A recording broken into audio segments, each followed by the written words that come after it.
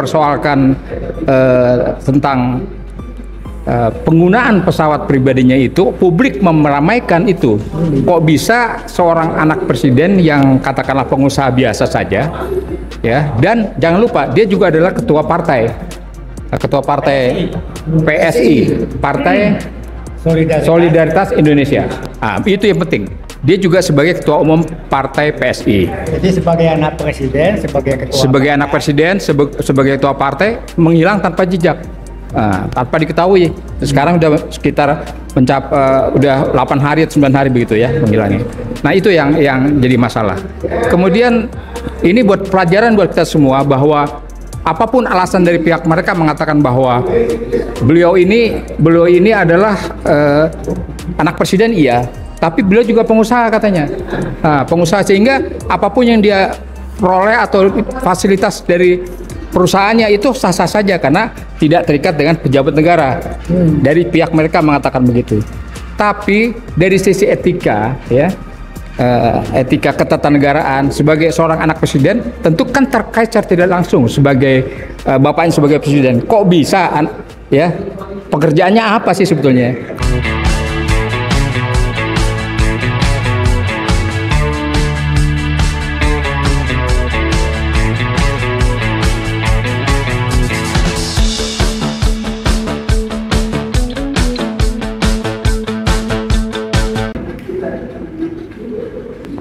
Oke, selamat siang. Kami WeWatch hadir kembali di sini. Ada satu tema yang menarik. Udah seminggu terakhir ini. Sebelum kita berlanjut masalah tema ini, saya akan memperkenalkan ada 2 orang senior kita dari alumni UI yang tergabung dalam WeWatch. Di sebelah kiri saya ada Bang Juju Purwantoro. Apa kabar Bang Juju? Selamat siang, selamat datang. Selamat siang. Di sebelah satu lagi ada Bang Buyung. Apa kabar Bang? Sehat Bang ya? Terima kasih Bang. Gini Bang, tema kali ini kita akan bahas dan kita angkat karena rame belakangan ini di medsos masalah Kaisang lari nih, nggak ada nih. Kabur ya, bahasanya tepatnya kabur. Bisa ditangkap kalau kabur. Kabur ya, kabur. Nggak jelas nih kemana kaburnya Bang ya. Semua nyari nih. Nggak tahu rimbanya. Nggak tahu rimbanya ya. Oh, iya. Oke. Gimana menurut Bang Juju nih? Kaburnya kira-kira kemana nih? Terus apa hukumnya Bang? Kalau begini Bang.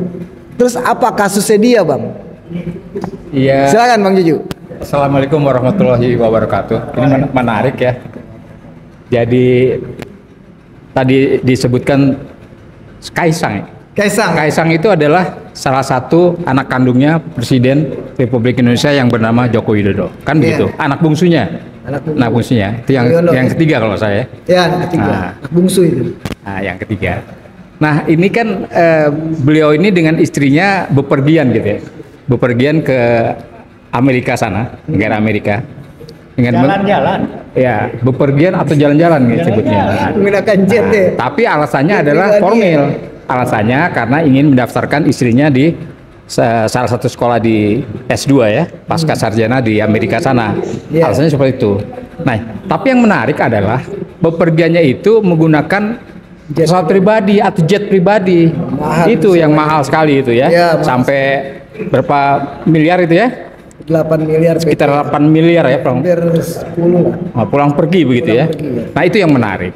Jadi Kaisang ini sudah hampir 10 hari menghilang tanpa jejak. Setelah balik dari Amerika. Setelah balik ke Amerika, kemudian masih sempat publik mengetahui tentang landingnya pesawatnya itu di salah satu airport di Jakarta, kemudian di kampungnya itu di Solo. Dan setelah rame dipersoalkan tentang penggunaan pesawat pribadinya itu, publik meramaikan itu. Kok bisa seorang anak presiden yang katakanlah pengusaha biasa saja, ya, dan jangan lupa dia juga adalah ketua partai PSI, Partai Solidaritas Indonesia. Itu yang penting. Dia juga sebagai ketua umum partai PSI. Jadi sebagai anak presiden, sebagai ketua partai menghilang tanpa jejak. Tanpa diketahui. Sekarang udah sekitar udah 8 hari atau 9 hari begitu ya menghilangnya. Nah itu yang jadi masalah. Kemudian ini buat pelajaran buat kita semua bahwa apapun alasan dari pihak mereka mengatakan bahwa beliau ini adalah anak presiden, iya, tapi beliau juga pengusaha katanya. Nah, pengusaha, sehingga apapun yang dia peroleh atau fasilitas dari perusahaannya itu sah-sah saja karena tidak terikat dengan pejabat negara. Dari pihak mereka mengatakan begitu. Tapi dari sisi etika, ya, etika ketatanegaraan sebagai seorang anak presiden tentu kan terkait secara tidak langsung sebagai bapaknya sebagai presiden. Kok bisa, ya, pekerjaannya apa sih sebetulnya? Katanya dia ada salah satu agen perusahaan besar, ya, Shopee atau apa begitu kan? Nah, kalau agen suatu perusahaan besar kemudian memberikan suatu fasilitasnya seperti apa? Batasannya kayak apa? Kan ceritanya itu kan difasilitasi oleh Shopee. Iya. Karena beliau katanya salah satu shareholder kan. Iya. Nah, menurut abang bagaimana tuh hukumnya? Iya, sebetulnya boleh-boleh saja, tapi tidak bisa lepas atau tidak bisa kita biarkan begitu saja manakala yang bersangkutan ini atau dia ini adalah anak kandung seorang presiden. Tidak bisa dong serta-merta semena-mena menggunakan fasilitas itu dari manapun alasannya, ya. Tapi etika ketatanegaraan ini perlu dijaga dong sebagai seorang presiden, dan oleh sebab itu KPK akan mengklarifikasi. Apa iya? Akan menanyakan begitu. Iya, oleh sebab itu KPK untuk tahap awal mengklarifikasi dengan memanggil yang bersangkutan. Tapi setelah dipanggil lebih dari seminggu lebih, nggak jelas ini keberadaannya. Begitu Pak, nggak jelas ini sampai sekarang ya pemanggilan KPK itu. Oke. Gitu. Berarti menurut Bang Juju nggak jelas ya. Tapi atas dasar hukumnya bagaimana Bang Juju melihatnya sebagai ahli hukum di sini? Anda kan lawyers nih, ya kan? Apakah dia nabrak soal hukum apa-apa? Ini karena dua orang kenal nih, se-Indonesia nih. Dari UI ini senior kita ini orang hukum dua-duanya ini, ya kan? Jadi bagaimana? Sekarang coba deh tanggapan dari abang senior dari Bang Muyung nih, silakan coba. Ya, kalau menurut saya hukum di Indonesia ini seperti perkataan Mahfud MD udah nggak bisa diharapkan, ya.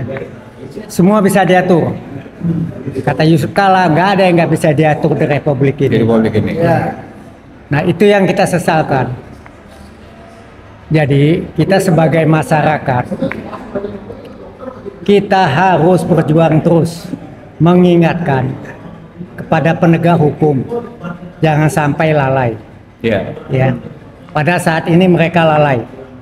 Kata Mahfud MD, semua bisa diatur, semua bisa dibeli, semua diacak-acak hukum sehingga hukum ini nggak berlaku. Nah, kita harapkan dari masyarakat sebagai fungsi sosial lah ya, kita mengontrol, Ikut mengawasi. Harusnya bagaimana kita kembalikan fungsi hukum itu di Republik ini, ya, supaya bermartabat kembali. Ya.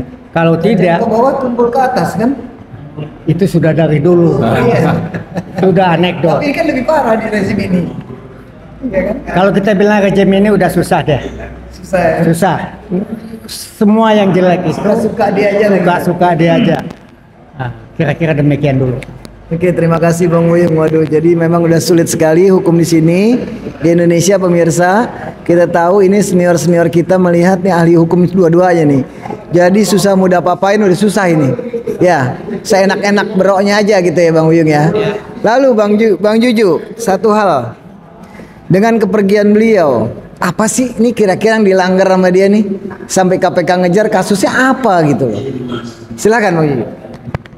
Iya, kita ingatkan kembali ajas hukum di negara kita adalah equality before the law. Artinya ajas kesamaan hukum di mata hukum siapapun itu, tanpa memandang apakah dia pegawai atau karyawan biasa, ataukah dia rakyat jelata, atau dia anak presiden sekalipun, tidak pandang bulu gitu. Jadi mereka bersamaan juga dalam hukum. Jadi kalau ada kalimat-kalimat atau kata-kata wah dia walaupun dia seorang anak presiden, dia punya bisnis, ya. Tapi sebagai negara hukum yang bersamaan tadi di mata hukum setiap orang itu, ini ada panggilan loh, panggilan secara resmi loh, panggilan secara resmi dari lembaga hukum kita yaitu KPK kepada yang bersangkutan. Nah, di mana alasannya macam-macam, katanya, oh nanti kami cari dulu rumahnya, kami cari dulu tempat tinggalnya. Ya kan aneh-aneh aja kan. Mana mungkin seorang KPK untuk mencari bandit kelas teri kelas kakap aja bisa KPK bisa tahu kok, maksud seorang anak presiden nggak bisa diketahui. Ya. Iya. Semua data ada kan. Nah, jadi artinya apa? Artinya patuhilah gitu, hormatilah hukum di negeri ini. Dengan adanya panggilan KPK itu, ya maka saudara Kaisang, ya hormatilah, datanglah KPK, jelaskanlah apa tentang seluk-beluk harta yang didapat dia dan keluarganya seperti itu. Maka clear kalau sudah dijelaskan seperti itu. Sepanjang memang beliau adalah secara tidak langsung adalah memang anak kandung dari seorang presiden, dan seorang presiden itu hartanya dari mana dan kemana itu harus diketahui oleh negara supaya jelas, supaya transparan begitu. Dan sekali lagi patuhilah saudara Kaisang untuk datang ya, kemudian laporlah kepada KPK, jelaskan apa yang sebenarnya terjadi dengan Anda dan keluarga begitu. Begitu.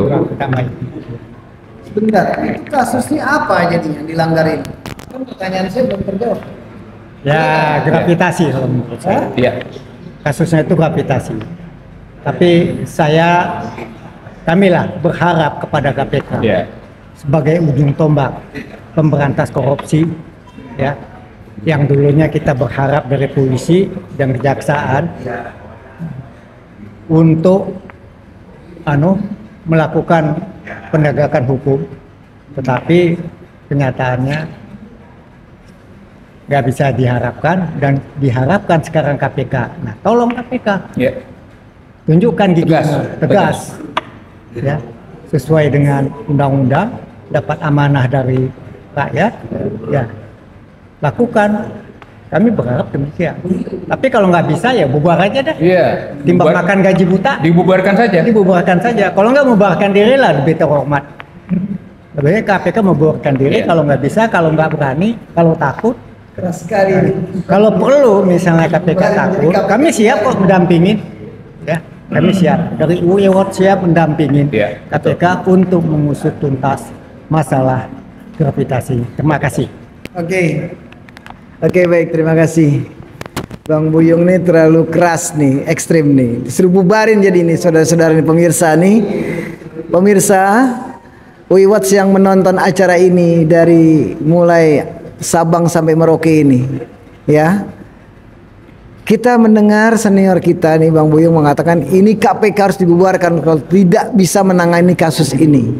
Ya. Oke.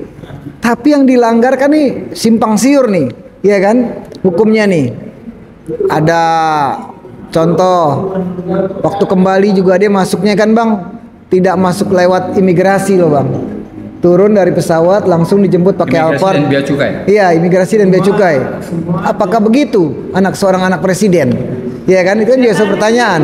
Iya kan, tapi sebelum enggak loh presiden yang lain, anaknya Pak Harto pulang lewatin imigrasi, lewatin bea cukai gitu kan. Nah itu loh. Nah ini kan juga jadi satu pertanyaan besar buat masyarakat di luar. Nah satu hal Bang, kira-kira dia lari apa ke Cina apa keluar, karena banyak rumor ada di luar sana di medsos, ada yang bilang Kaisang lari ke Cina, iya kan? Ada yang bilang lari ke Solo, pulang kampung. Saya rasa kok ke Solo gampang dong, mudah ya, seorang KPK atau badan-badan intelijen kan bisa gambar, ya, bisa ngegambarnya sebentar itu Bang. Nah menurut Abang kira-kira kemana nih Bang? Ya kita tidak bisa tebak-tebak manggis begitu ya. Dia kemana ya kita nggak tahu ya. Tapi buat KPK atau pihak kepolisian itu sesuatu yang remeh-temeh gitu. Sangat mudah ya? Sangat mudah ya.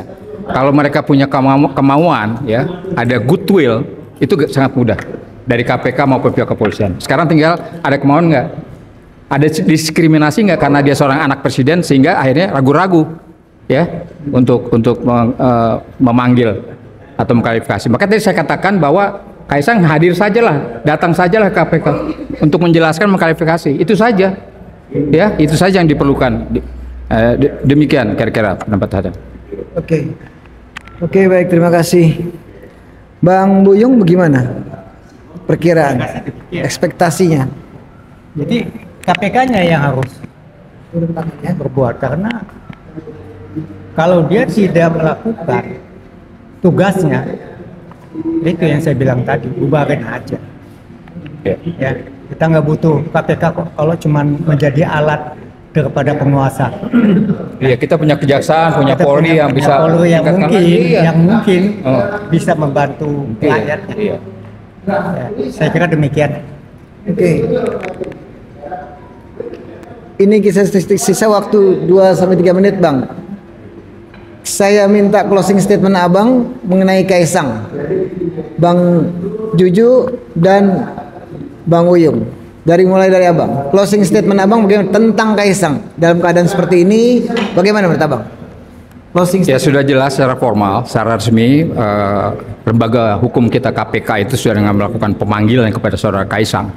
Dan kami harapkan Kaisang ini untuk mematuhi gitulah, ya, untuk hadir ya sesuai dengan kewajibannya. Memang dia sebagai seorang ketua partai begitu, ya, memberikan contoh pada publik gitu kan, untuk mematuhi dan mengikuti aturan atau hukum yang berlaku, sehingga tidak menjadi tanda tanya besar kalau beliau tidak hadir atau tidak tampil, sehingga ini akan menimbulkan tanda tanya besar dari masyarakat, dan hukum kita tentunya akan diskriminasi, akan bisa dipermainkan oleh seorang anak pejabat siapapun dia.